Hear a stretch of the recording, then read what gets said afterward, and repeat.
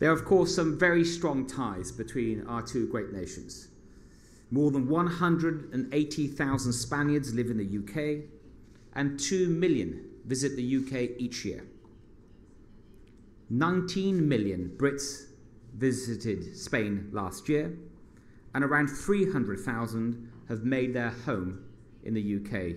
300,000 Spaniards have made their home in the UK. But perhaps it is our security relationship that really is the jewel in the crown. Whether it be against Daesh, drug runners, human traffickers, we could not ask for more from Spanish law enforcement and intelligence agencies in terms of commitment and collaboration. Our two countries regularly work together to protect our people. We share tools to crack terror cells. We stop murderers and rapists slipping through our borders. We end exploitation by organized crime gangs. And we bring monsters to justice.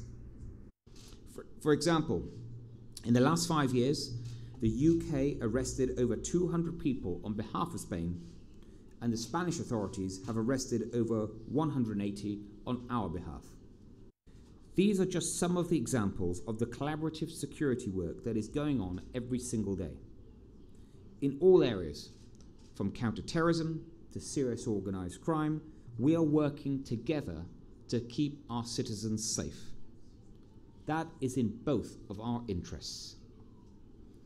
The nature of the current threat from serious organized crime, from cybercrime, from terrorism, from hostile state activity, all of this is truly global, and it constantly changes as geopolitics and technologies evolve. To keep pace with this and to ensure that we respond effectively, we must continue to work together.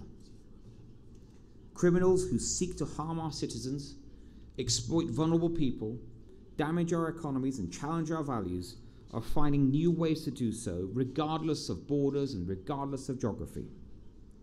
So we must continue to find new ways to fight back. That means having seamless operational cooperation, real-time sharing of data, and state-of-the-art technology. It means ensuring that those who would cause us harm know that they cannot escape justice by crossing from the UK into Spain or vice versa. It means sharing our expertise, our experience, our intelligence, so that we can always be one step ahead. The UK Prime Minister said earlier this year that the UK is unconditionally committed to European security. And I want to reiterate that message today, that deal or no deal, we remain committed to ensuring the security of Europe. We want an ambitious security relationship going forward after Brexit, which we have clearly set out. We accept, of course, that once we're outside the EU, our relationship must be quite different. We understand that. But it doesn't have to be weaker. We can make these changes and others without undermining the day-to-day operational cooperation which plays such an important role in keeping European citizens safe. We want our security relationship with Spain, indeed with all our European partners, to be as strong and as effective as ever once we have left the European Union.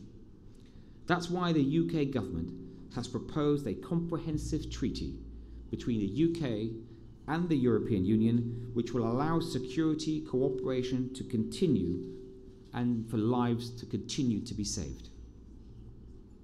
The kind of model that we're proposing is one that the EU is actually familiar with.